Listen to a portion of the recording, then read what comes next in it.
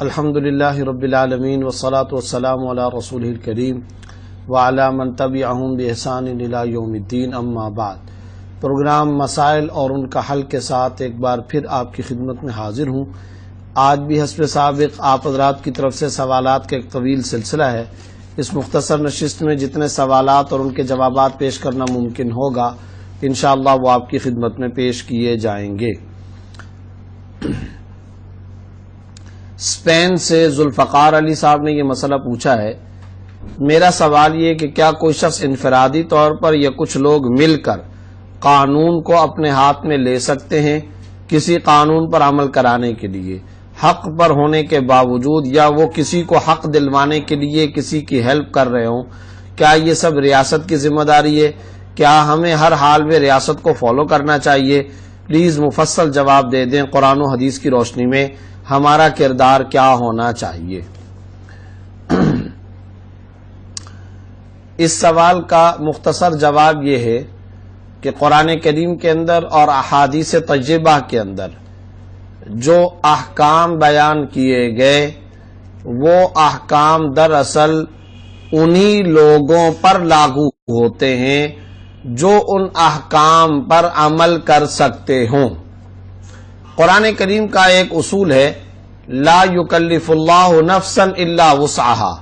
اللہ کسی کو اس کی وسعت، اس کے بس اور اس کی طاقت سے زیادہ مکلف، مسئول اور ذمہ دار نہیں بناتا۔ یہ قرآن کریم کا ایک مزاج ہے، قرآن کریم کا یہ اصول ہے، اور عقل کے بھی بعین ہی تقاضے کے عین مطابق ہے۔ مثلا جب آپ کسی کو یہ کہتے ہیں کہ زکوٰۃ ادا کرو، قرآن کریم کے اندر یہ حکم ہے آتوا الزکاۃ، زکوٰۃ ادا کرو، تو ظاہر سی بات ہے زکوٰۃ کی ادائیگی کا حکم انہی لوگوں پر لاگو ہوگا جن کے پاس پیسہ ہوگا، جن کے پاس مال ہوگا۔ اگر کوئی شخص ایسا ہے کہ جس کے پاس مال نہیں ہے تو وآتوا الزکاۃ کا حکم اس کی طرف متوجہ ہی نہیں ہوگا۔ قرآن کریم کے اندر آ رہا ہے حج کرو، وَأَتِمُّوا الْحَجَّ وَالْعُمْرَةَ لِلَّهِ، اللہ کے لیے حج کرو، عمرہ کرو۔ تو سوال یہ پیدا ہوتا ہے کہ یہ حج کرنے کا حکم کس پر لاگو ہوگا؟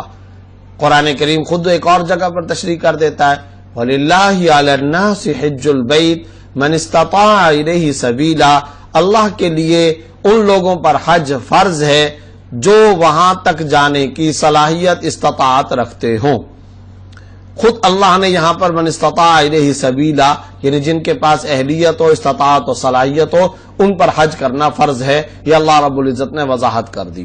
تو بعینی اسی طریقے سے جب یہ کہا جاتا ہے کہ زکوٰۃ ادا کرو تو یہ حکم انہی پر آئے گا جن کے پاس مال ہے، حج کرو تو یہ حکم انہی پر آئے گا جن کے پاس مال ہے، فقیر کی طرف یہ حکم لاگو ہی نہیں ہوگا۔ غیر مستحق، غیر مستطیع، غیر مالدار، ایک مسکین، ایک مستحق، ایک فقیر انسان، اس کی طرف یہ حکم متوجہ ہی نہیں ہوگا۔ تو اب آپ کو سمجھنا چاہیے بالکل اسی طریقے سے، اسی قانون کے مطابق اب آپ کو یہ بات سمجھنی چاہیے، جب قرآن یہ کہتا ہے وَالسَّارِقُ وَالسَّارِقَةُ فَاقْطَعُوا أَيْدِيَهُمَا، چور کے ہاتھ کاٹو، جب قرآن یہ کہتا ہے الزانیۃ والزانی فاجلدوا کل واحد منہما مئۃ جلدہ، کہ زانی کو آپ نے کوڑے مارنے ہیں، قرآن یہ کہہ رہا ہے کہ آپ نے چور کے ہاتھ کاٹنے ہیں، تو یہ حکم کن لوگوں پر لاگو ہوگا؟ یہ کام کون کرے گا؟ کن لوگوں پر شرعاً یہ بات لازم ہوگی کہ وہ یہ کام کرے؟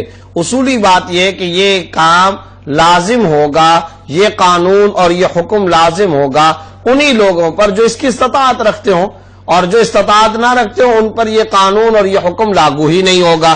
اس لیے صورتحال یہ ہے، یہ بات ذہن کے اندر رکھنی چاہیے، ہمیشہ اصول کے اندر یہ بات ذہن میں رکھنی چاہیے، جیسے زکوٰۃ کا حکم ان لوگوں پر نہیں آ سکتا جو غریب ہیں، تو اسی طریقے سے چور کا ہاتھ کاٹنے، مجرم کو سزا دینے، کسی قاتل کو پھانسی کی سزا دینے، یا کسی زانی کو کوڑوں کی سزا دینے، یا کسی کو رجم کی سزا دینے، یہ جتنے بھی احکام آئے ہیں یہ سارے کے سارے احکام لاگو ہوں گے اولو الامر پر، حکام پر، ارباب اقتدار پر، ارباب اختیار پر۔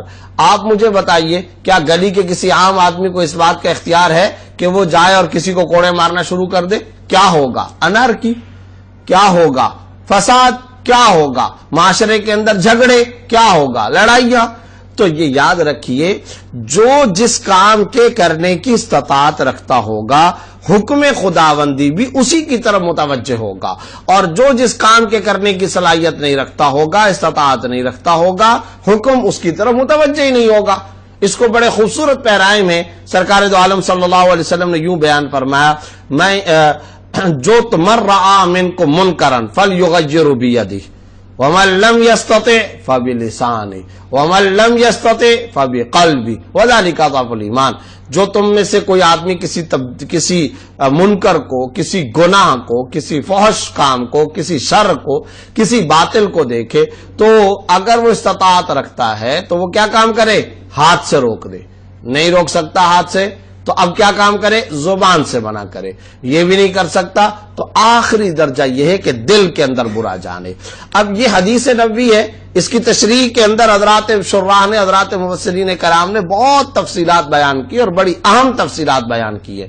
اس میں ایک نقطہ یہ بیان کیا گیا ہے کہ یہ جو درجہ بدرجہ جو آپ صلی اللہ علیہ وسلم نے احکام بیان فرمائے، یہ استطاعت ناس کے مطابق، یعنی لوگوں کی استطاعت کے مطابق۔ کیا مطلب؟ اگر تم وہ ہو کہ تم فحش کو، تم منکر کو، تم باطل کو، تم شر کو ہاتھ سے روکنے کی استطاعت رکھتے ہو، صلاحیت رکھتے ہو، تو اب تم پر پہلا درجہ واجب ہوگا۔ اور یہ کون سے لوگ ہوتے ہیں؟ ارباب اقتدار۔ یہ کون سے لوگ ہوتے ہیں؟ ارباب اختیار۔ یہ کون لوگ ہوتے ہیں؟ حکام، اولو الامر، حکومت، ریاست، اصحاب اسٹیٹ، اصحاب ریاست، یہ ان کے لیے حکم ہو جائے گا۔ اسی طریقے سے بعض جگہوں پر آپ کی اپنی حکومت بھی چلتی ہے۔ مثلا وہ کون سی جگہ؟ آپ ایک والد ہیں اور گھر کے اندر کوئی بیٹا بیٹی کوئی غلط کام کر رہا ہے، اب آپ وہاں پر ہاتھ سے بھی روک سکتے ہیں۔ آپ ایک ادارے کے اندر استاذ ہیں، ٹیچر ہیں، آپ اس دائرے تک بھی ہاتھ سے روک سکتے ہیں، تو وہاں پر آپ کو ہاتھ سے روکنا چاہیے۔ آپ کا دائرہ اختیار بس اور آپ کا کنٹرول ایک فیکٹری کی حد تک چلتا ہے، ایک دکان تک چلتا ہے، ایک کارخانے تک چلتا ہے، تو وہاں پر آپ کو یہی کرنا ہوگا کہ آپ ہاتھ سے روک لیں، اور وہ بھی محدود دائروں کے اندر، ہر چیز میں نہیں، محدود دائروں کے اندر، محدود افراد، ان کی مقید ایکٹیویٹیز اور محدود حد تک۔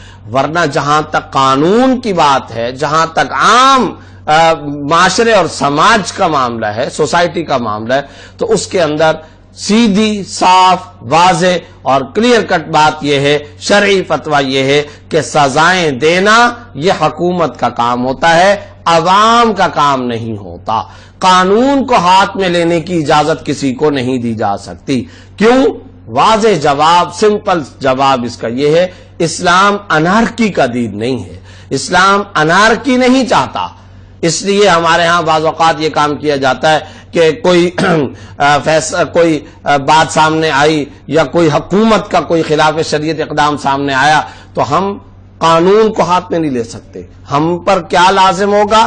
جو دائرہ قانون کا ہے اس کے مطابق ہم جائز احتجاج کا حق رکھتے ہیں تو ہمیں احتجاج کرنا ہوگا۔ ہم لکھ کر احتجاج کر سکتے ہیں، ہمیں لکھنا ہوگا۔ بول کر سکتے ہیں، بولنا ہوگا۔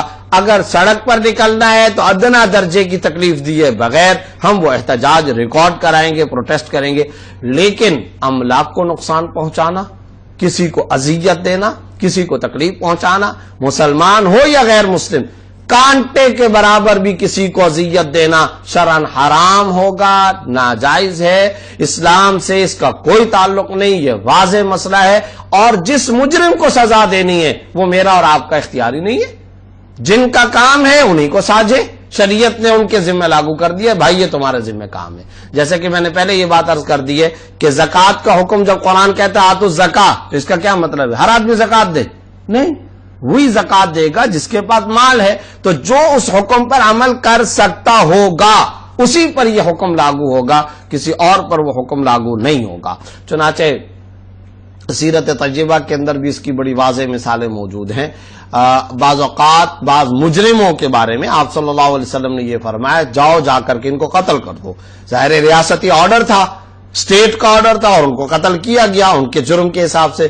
لیکن اس بات کی اجازت نہیں دی آپ صلی اللہ علیہ وسلم نے کہ اس کے گھر کو لوٹ لو یا جاؤ جا کر کے اس کے گھر کے مال و اسباب کو جو آدمی جائے اور لوٹ لے اور ادھر اٹھا لے ادھر پھینک دے ادھر اس کی اجازت نہیں دی. کیوں؟ اس سے سوسائٹی کے اندر انارکی پھیلتی ہے اور اسلام انتشار کو پسند نہیں کرتا, بد نظمی کو پسند نہیں کرتا, فساد کو پسند نہیں کرتا. یہ فساد, یہ انارکی, یہ انتشار, یہ املاک کو نقصان پہنچانا شرعاً ناجائز ہے, سرکاری املاک ہو یا غیر سرکاری املاک ہو, اس میں کوئی تمیز اور کوئی امتیاز نہیں ہے. اس لیے ہمیں شریعت کی حدود کو سمجھنا ضروری ہے اور شریعت کے تمام احکام کی روح کو سمجھنا ضروری ہے. معاملہ کب خراب ہوتا ہے؟ جب ہم شریعت کی حدود کو کراس کرتے ہیں. دیکھیں, جذبات کے مطابق کام نہیں کرنا, اسلام کے مطابق کام کرنا ہے. چاہت کے مطابق کام نہیں کرنا, شریعت کے مطابق کام کرنا ہے. اور جذبات کی قربانی دینی پڑے تو دینی چاہیے. سینے پر, دل پر, تمنا اور آرزو پر چھریاں چلیں گی, چلاؤ, اس لیے کہ ہم بد نظم دستور حیات کے قائل نہیں ہیں. ہم دین فطرت کے قائل ہیں جو نظم و ضبط سکھاتا ہے, ڈسپلن سکھاتا ہے, نظم و ضبط کی پاسداری کرنا سکھاتا ہے. اور یہی قانون ہے شریعت کا اور یہی اسلام کا, قرآن کا اور حدیث کا مزاج ہے. اور اسوہ رسول اکرم صلی اللہ علیہ وسلم سے جو بات ہمیں پتہ چلتی ہے وہ یہی پتہ چلتی ہے. البتہ اس کے ساتھ ساتھ یہ بات ذہن میں رکھنی چاہیے کہ اس کا یہ مطلب کوئی اگر اخذ کرتا ہے تو یہ بالکل غلط مطلب کوئی اخذ کر رہا ہوگا کہ حکومت جو ہے ان کو کوئی چھوٹ دے دی جائے اس بات کی کہ وہ غلط فیصلے کرے یا خلاف شریعت اقدام کرے. ظاہر ہے اس کی اجازت کون دے سکتا ہے, اور نہ ہی اس کا. ہمارے ہاں ایک تو بڑی مصیبت یہ ہو گئی ہے کہ جب ہم کسی ایک جانب متوجہ ہو کر کے کوئی حکم بیان کر رہے ہوتے ہیں تو فوراً اس کے غلط مطلب بہت سارے لوگ نکالنا شروع کر دیتے ہیں. مثال کے طور پر اب یہ بات کہی ہے تو بعض لوگ اس کا غلط مطلب نکالنا شروع کر دیں گے. وہ کیا کہ ہاں جی یہی گویا کہ یہ کہہ رہے ہیں حکومت کو کھلی چھوٹ ہے, وہ چاہے خلاف شریعت کام کرے, وہ ناجائز کام بھی کرے, خلاف اسلام بھی کام کرے. بھائی یہ کس نے کہہ دیا؟ جب کہا جا رہا ہوتا ہے شوہر کے حقوق, شوہر کے حقوق, شوہر کے حقوق, جب اس ٹاپک پر بات کی جا رہی ہوتی ہے تو اس کا کیا یہ مطلب ہوتا ہے کہ بیوی کے کوئی حقوق نہیں ہے؟ جب یہ کہا جا رہا ہوتا ہے شاگرد کے حقوق, شاگرد کے حقوق, تو کیا اس کا یہ مطلب ہوتا ہے استاذ کے کوئی حقوق نہیں ہے؟ یہ کہاں سے مطلب نکال لیا, کس نے نکال لیا؟ بالکل غلط بات ہے. تو اسلام اعتدال کا سسٹم والا دین فطرت ہے, چیک اینڈ بیلنس, توازن والا, اعتدال والا نظام رکھتا ہے. جہاں پر ہم نے آج بات کی ہے, جو سوال آیا وہ یہ کہ کیا کسی عام جتھے کے لیے, کیا کسی عام گروہ کے لیے, کسی آرگنائزیشن کے لیے, کیا کسی عام فرد کے لیے ریاست کے یا مملکت کے یا ملک کے قانون کو ہاتھ میں لینا جائز ہے؟ تو ہم نے بتا دیا بالکل ناجائز ہے, حرام ہے, خلاف شریعت ہے, انارکی پھیلتی ہے, اس کی شریعت میں کوئی گنجائش نہیں. لیکن اس کا دوسرا مطلب یہ کوئی اگر اخذ کر لیتا ہے کہ حکمرانوں کو اجازت ہے جو کچھ کریں, کیسے اجازت ہو سکتی ہے؟ حکمران پابند ہیں اسلام کے قرآن و سنت کے مطابق فیصلے کرنے کے, ان کے اوپر شرعاً واجب اور لازم ہے کہ وہ قرآن و سنت کے مطابق فیصلہ کرے اور قرآن و سنت کے اگینسٹ نہ جائے. یہ حکمرانوں کی ذمہ لازم ہے. جب ہمیں حکمرانوں سے بات کرنی ہوتی ہے تو کھل کر ہم ان کے فرائض, ان کی کوتاہیاں اور ان کی باتیں بیان کرتے ہیں. اس موضوع پر اس وقت بات ہوگی. اس وقت چونکہ یہ سوال ہے لہذا اس کے مطابق بات کی گئی ہے. قانون کو ہاتھ میں لینے کی کسی کے لیے بھی اجازت نہیں ہو سکتی. ام بلال صاحبہ نے سندھ سے پوچھا ہے نماز میں وقفہ دینا جائز ہے؟ مثال کے طور پر ظہر کی 4 سنتیں پڑھی, سلام پھیر کر کوئی کام کر لیا, پھر فرض پڑے, کیا اس طرح کرنا جائز ہے؟ دیکھیں جائز ہے, اس میں شرعاً کوئی حرج کی بات نہیں. جبکہ اس بات کا بس خیال رکھنا ہے کہ کسی کام میں مشغول ہو کر یا بھول کر نماز کے چھوٹ جانے کا اندیشہ نہ ہو.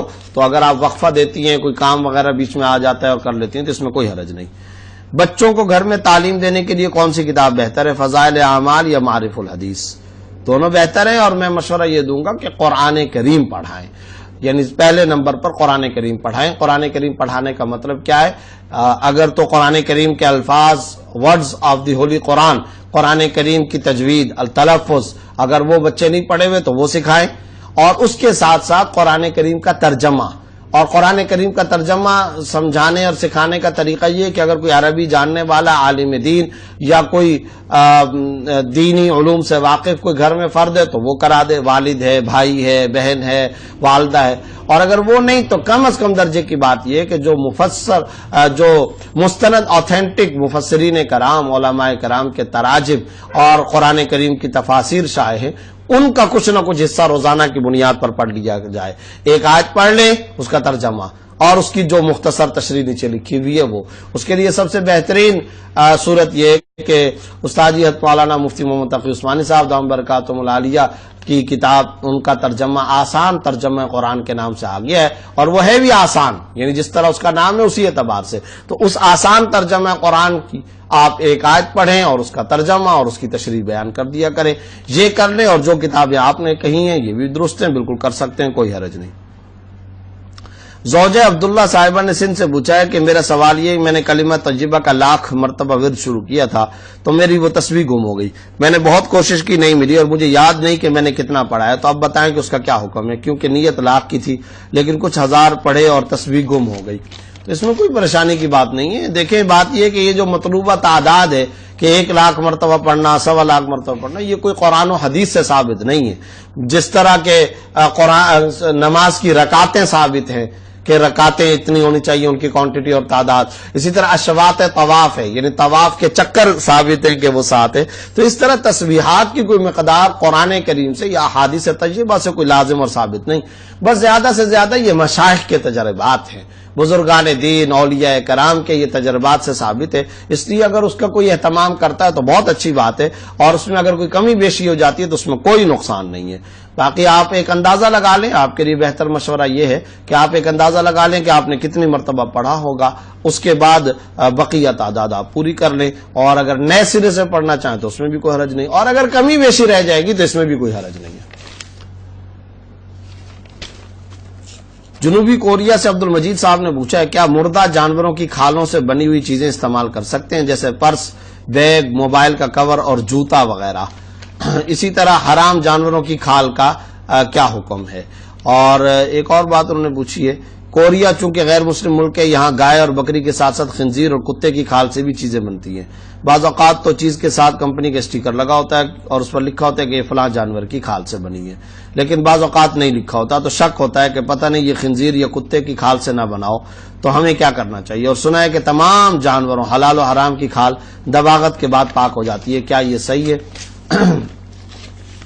پہلی بات تو یہ کہ اگر کسی مسلمان نے یا اہل کتاب یعنی یہودی یا عیسائی نے جانور کو شرعی طریقے پر اگر ذبح کیا ہو, شرعی طریقے سے اگر ذبح کیا ہے یعنی مسلمان نے یا عیسائی یا یہودی نے, تو ایسے جانور کا جو چمڑا ہوتا ہے وہ دباغت سے پہلے بھی پاک ہے. یعنی ایک مسلمان نے بکری ذبح کی ہے, گائے, اونٹ اگر ذبح کی ہے, بھینس ذبح کی ہے, تو مسلمان نے شرعی طریقے کے مطابق یا عیسائی اور یہودی نے اللہ کا نام لے کر شرعی طریقے کے مطابق اگر ذبح کی ہے تو اس جانور کی کھال تو پاک ہے, چاہے دباغت دی جائے یا نہیں. بعض لوگ یہاں پر پوچھنا چاہ رہے ہوں گے شاید دباغت کا مطلب کیا ہوتا ہے, تو دراصل دباغت کا مطلب یہ ہوتا ہے, دباغت کس کو کہتے ہیں, دباغت سے مراد چمڑے کی کھال کی ایسی درستگی ہے اور اس کو ایسا دھونا اور صاف کرنا اور اس کی اصلاح ہے کہ اس سے مکمل طور پہ ایک تو بدبو زائل ہو جائے اور سڑنے کا کوئی اندیشہ باقی نہ رہے, سڑنے گلنے کا کوئی اندیشہ باقی نہ رہے اور بدبو مکمل طور پر زائل ہو جائے. اس کو عربی میں کہتے ہیں دباغت. تو اگر تو کوئی مسلمان یا اہل کتاب کا کوئی فرد جانور کو شرعی طریقے سے ذبح کرتا ہے تو ایسی صورت میں اس کی جو کھال ہے وہ دباغت سے پہلے بھی پاک ہے. اور اگر شرعی طریقے سے ذبح نہیں کیا ہوا, مسلمان نے شرعی طریقے سے ذبح نہیں کیا یا اہل کتاب نے, یا یہ کہ کسی اور غیر مسلم نے اس کو ذبح کیا جیسے ہندو ہے, سکھ ہے, مجوسی ہے, یا یہ ہے کہ وہ جانور حرام ہے یعنی یا تو حلال جانور تھا لیکن شرعی طریقے سے ذبح نہیں کیا گیا, یا یہ کہ وہ جانور حرام ہے, تو ایسے جانور کا جو چمڑا ہوتا ہے وہ دباغت سے پاک ہوتا ہے. یعنی اس کی ایسی اصلاح اور درستگی آپ کر لیں کہ بدبو مکمل زائل ہو جائے اور سڑنے سے وہ مکمل محفوظ اور پاک رہے, سڑنے سے وہ بالکل سڑنے کا کوئی اندیشہ نہ رہے, تو پھر دباغت دینے سے ایسے جانور کی کھال پاک ہو جاتی ہے. اور یہ واضح طور پر احادیث کے اندر آیا ہے, ترمذی کے اندر روایت موجود ہے, ایما احاب دبغ فقد طہر, ہر وہ چمڑا جس کو دباغت دے دی جائے تو وہ پاک ہو جاتا ہے. لہذا آپ نے جو بات سنی ہے وہ درست ہے.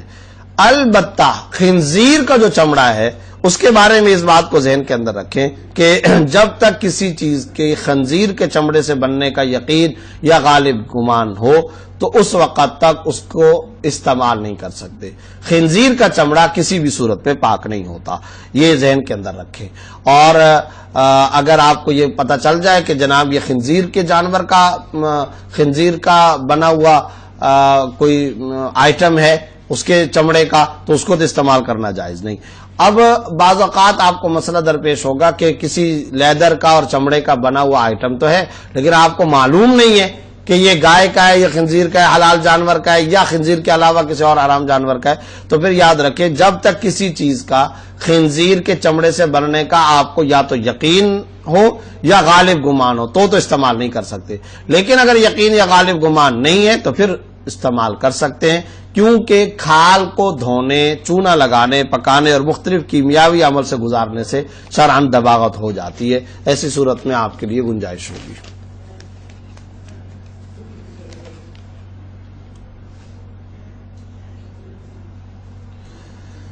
بشرا صاحبہ نے کراچی سے پوچھا ہے کیا بیٹی کو شادی کے بعد ماں باپ کے گھر جانے سے روکنا چاہیے؟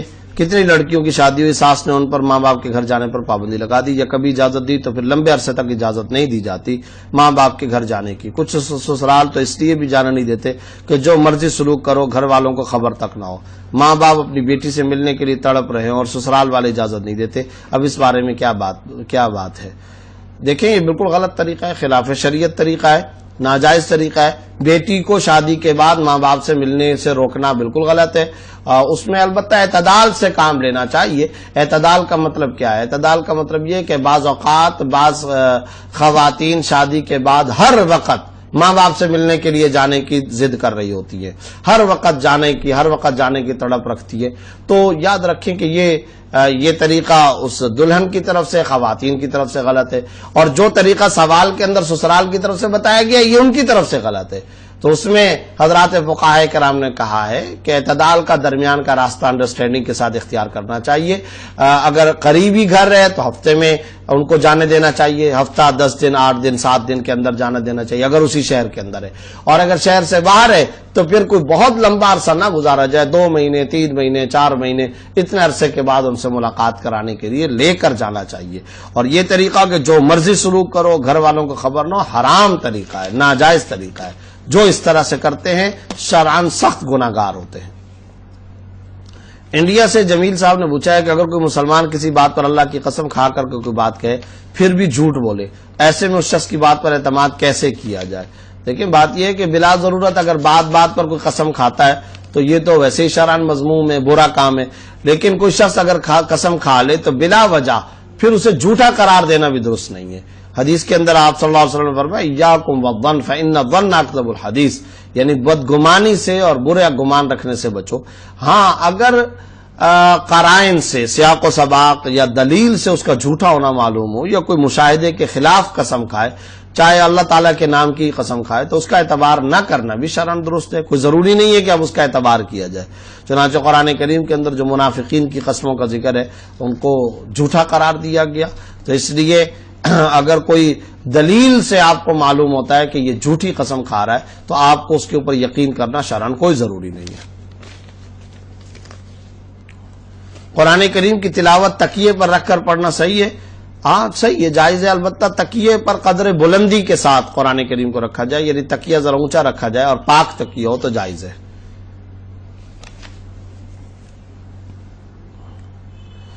ظہیر حیدر صاحب نے یہ مسئلہ پوچھا ہے کسٹم سے سامان چوری کر کے دینا اور اس پر کمیشن لینا کیسا ہے؟ بالکل ناجائز ہے. سامان اگر آپ چوری کرتے ہیں اور چوری کر کے آپ اگر آگے دیتے ہیں تو یہ ناجائز ہے.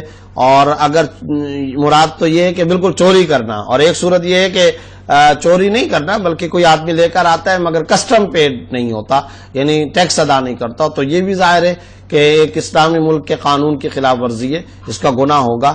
البتہ اگر کوئی کسٹم دیے بغیر، ٹیکس دیے بغیر سامان کو لے کر کے آ جاتا ہے اور آگے بیچتا ہے تو اس کی آمدنی کے بارے میں اگر یہ سوال کیا جا رہا ہے تو اگر حلال پیسوں سے حلال چیز خریدی اور وہ حلال چیز آگے فروخت کی تو آمدنی اگرچہ حلال ہوگی لیکن قانون شکنی کا گناہ ہوگا.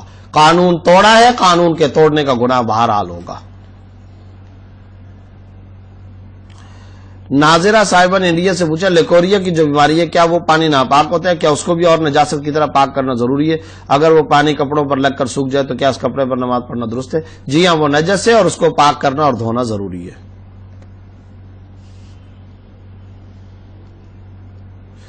صبا خان صاحبہ نے پوچھا کہ آج کل ٹی وی چینل پر ایک صاحب روحانی معالج فلاں نام سے بہت آ رہے ہیں جو بقول ان کے قرآنی آیات سے مریضوں کا علاج کرتے ہیں، جو موذی امراض ہو یا جو ڈاکٹر جواب دے چکے ہوں، اس طرح روحانی معالج سے علاج کرانا ٹھیک ہے؟ کیا اس میں شرکت یا بدعت تو نہیں؟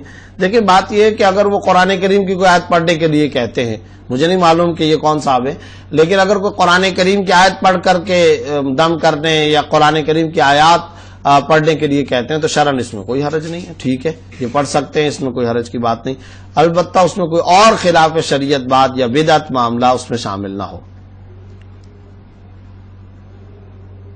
سلام پھیرنے کے بعد سجدہ سہو لازم ہو جائے تو صرف سجدہ سہو کرتے ہیں اور نماز ختم کرتے ہیں یا التحیات بھی دوبارہ پڑھتے ہیں؟ نہیں، جب سلام پھیرنے کے بعد سجدہ سہو کرتے ہیں لازم ہو جائے تو سجدہ سہو کرتے ہیں، اس وقت التحیات سے پھر دوبارہ پڑھتے ہیں، التحیات اور درود شریف اور دعا۔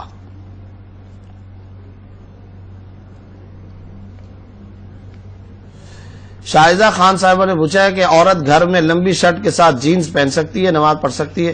نہیں، جینز پہننا جائز نہیں ہے، خاص طور پر اگر وہ تو تنگ ہے تو وہ تو مردوں کے لیے بھی ناپسندیدہ لباس ہے، اور خواتین کو تو خاص طور پر اس سے احتراز کرنا چاہیے۔ اور پھر نماز پڑھنا جس میں اعضاء کی بناوٹ اور ساخت واضح طور پر معلوم ہو رہی ہو، اس سے احتراز کرنا ضروری ہے، درست نہیں ہے۔ فواد احمد صاحب نے پوچھا اگر ایک بندے سے عصر کی نماز 3 رکعت ہو جائے اور صرف 1 رکعت امام کے ساتھ ہو جائے تو پھر آپ پہلی رکعت میں قیام کرنا ہوگا یا نہیں، التحیات پہ بیٹھنا ہوگا؟ دیکھیں اگر عصر کی نماز 3 رکعت ہو جائے اور صرف 1 رکعت امام کے ساتھ ہو جائے تو پھر آپ پہلی رکعت میں قیام کرنا ہوگا یا نہیں؟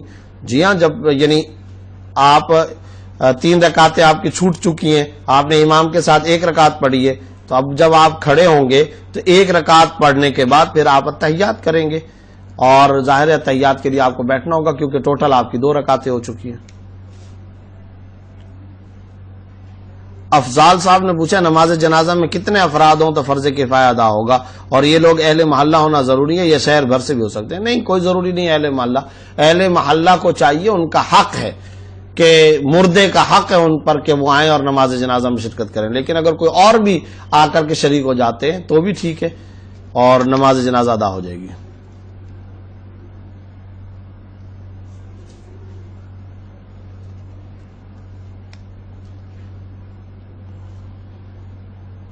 ناظرہ صاحبہ نے انڈیا سے پوچھا اگر خنزیر کی نجاست زمین پر پڑی ہو اور وہ سوکھ جائے اور کوئی اس پر بیٹھ جائے تو کپڑے ناپاک ہوں گے؟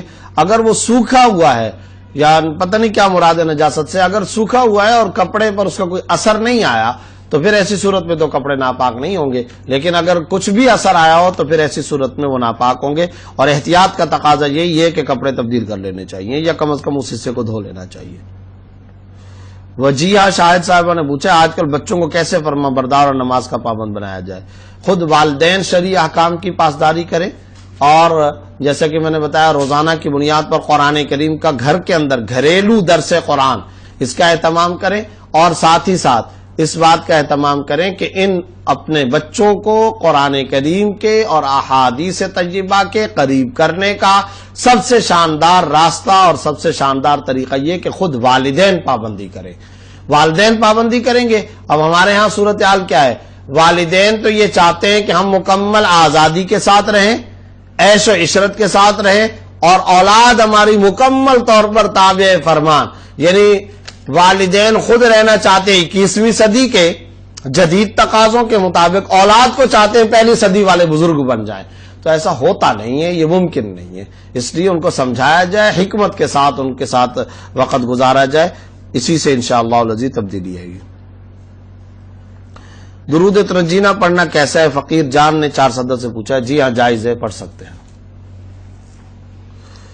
سیدہ صاحبہ نے پوچھا ہے اگر کسی نے قرآن پر ہاتھ رکھ کر قسم کھائی اور اس کے بعد قسم توڑ دی تو اس کا کیا حکم ہے؟ اگر قسم توڑ دی تو قسم کا کفارہ لازم ہوگا، اور 10 مسکینوں کو صبح شام کھانا کھلائے۔ نعمان اکرم صاحب نے پوچھا ہے مسیار کیا ہے اور کیا یہ جائز ہے؟ مسیار آج کل یہ عرب بعض ملکوں کے اندر ایک نکاح کی صورت ایک بتائی گئی ہے، جس میں ایک آپس میں ایک ایگریمنٹ کر لیا جاتا ہے اور اس کے اندر رہنا، آپس میں ساتھ رہنا. تو اصل بات یہ کہ شریعت میں اس طرح کے نکاح کا کوئی تصور نہیں ہے. باقاعدہ جو نکاح ہوتا ہے وہ نکاح شرعی طریقے کے مطابق ہو، اور جو حقوق اور لوازمات اور فرائض و واجبات ہیں ان کی پابندی کرنا لازم ہے. ایمان ظفر صاحب نے پوچھا ہے بینک سے 5 سال کی مدت کا لون لینا کیسا ہے؟ ماہانہ وار قسط ادا کرنی ہے. سودی اگر لون ہے اور سود دینا ہے تو ظاہر ہے تو سود ہے، اس کا لین دین ناجائز اور حرام ہے، اس سے احتراز کرنا ضروری ہے. ادریس صاحب نے پوچھا آئی بروز کے لیے چہرے کے بال صاف کرنا جائز ہے؟ دیکھیں بات یہ، آئی بروز اگر یعنی یہ جو بھویں ہیں ان کو اگر کوئی کٹواتا ہے تو یہ ناجائز ہے. اس میں ایک بات ذہن کے اندر رکھنی چاہیے کہ اگر کسی کی یہ بھویں اتنی بڑھ چکی ہوں کہ بھدا پن لگ رہا ہو، آنکھوں تک آ رہی ہیں، اوپر ماتھے تک جا رہی ہیں، تو پھر ان کو کچھ کٹوا کر اعتدال میں لانا اس کی تو اجازت ہے. لیکن بھووں کو اس طریقے سے کاٹنا اور ان کی اس طرح سے کٹائی کرنا کہ وہ سرمے کی لکیر کی طرح باریک لکیر بن جائے، یہ شرعاً ناجائز ہے، جیسا کہ آج کل بیوٹی پارلر وغیرہ کے اندر کیا جاتا ہے. اس سے احتراز کرنا ضروری ہے.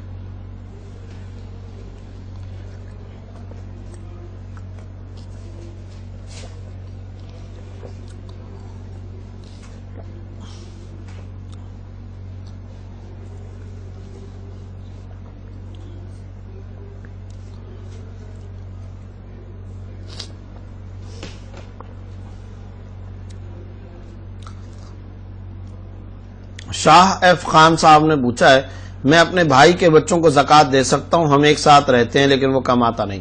اگر آپ کا بھائی مستحق زکوٰۃ ہے، یعنی اس کے پاس کوئی 36-37 ہزار روپے بھی نہیں اور 36-37 ہزار روپے کے بقدر سونا چاندی نقد رقم ضرورت سے زائد ساز و سامان بھی اس کے پاس نہیں ہے، تو پھر ایسی صورت میں وہ مستحق زکوٰۃ ہے. آپ بھائی کو زکوٰۃ دے سکتے ہیں اور بھائی کے جو بچے ہیں ان کو بھی آپ زکوٰۃ دے سکتے ہیں. لیکن اگر آپ کا بھائی مستحق زکوٰۃ نہیں ہے لیکن بھائی کے بچے بالغ ہیں اور ان کے پاس ذاتی طور پر اتنی مالیت نہیں، تو پھر آپ اپنے بھتیجوں کو بھی زکوٰۃ دے سکتے ہیں. عمیر نیازی صاحب نے پوچھا مشرک کا جنازہ جائز ہے؟ مشرک سے کیا مراد ہے؟ مشرک سے ایک تو وہ مشرک جس کو جو بالکل کافر ہوتا ہے تو اس کی تو نماز جنازہ نہیں ہوتی ہے. کافر کا نماز جنازہ ادا کرنا بھی جائز نہیں اور اس کی نماز جنازہ کا شرعاً کوئی تصور بھی نہیں ہے.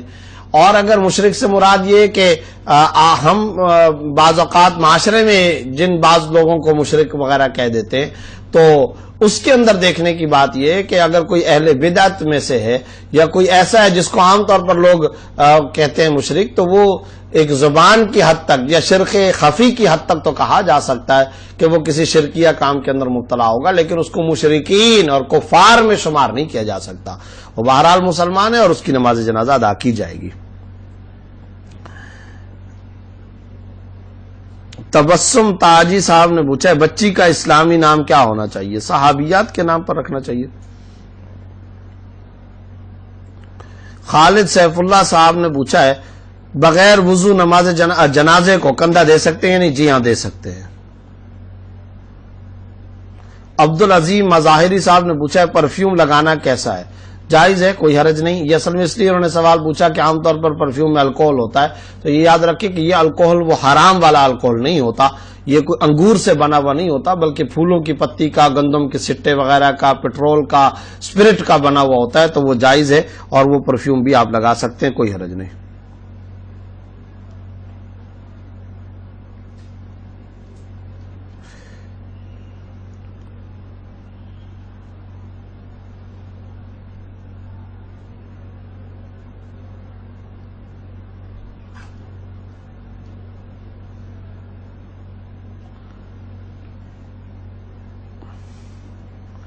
نسرین فاضل صاحب نے پوچھا ہے درود تنجینا میں شرکیہ الفاظ ہوتے ہیں؟ میرے علم کے مطابق نہیں ہے کہ درود تنجینا میں کوئی شرکیہ الفاظ ہیں، اگر کوئی ہیں تو ذرا آپ بتائیے.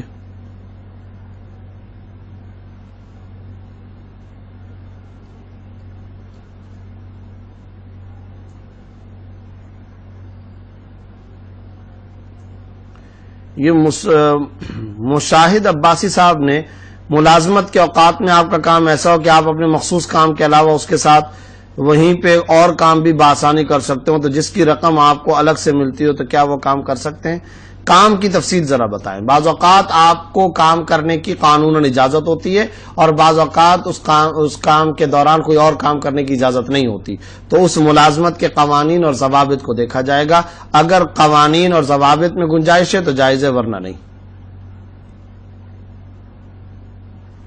وضو ٹوٹ جانے کی صورت میں صرف استنجا کرنا ہوگا یا صرف وضو کر لے؟ نہیں، استنجا کرنا کوئی لازم نہیں ہے۔ جو صورت آپ نے لکھی ہے شبیر خان صاحب نے، صرف اور صرف وضو کرنا ہوگا۔ حج کے سفر میں تجارت کرنا کیسا ہے؟ عبدالعظیم مظاہری صاحب نے پوچھا۔ جی ہاں، کر سکتے ہیں۔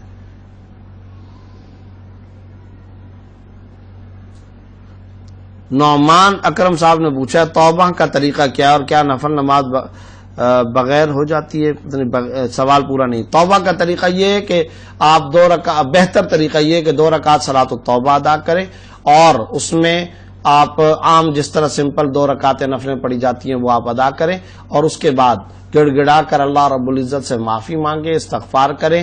پچھلے کام گناہ پر آپ کو ندامت ہونی چاہیے، اس وقت اس کام کو آپ نے ترک کیا ہوا، مستقبل میں نہ کرنے کا عزم کریں۔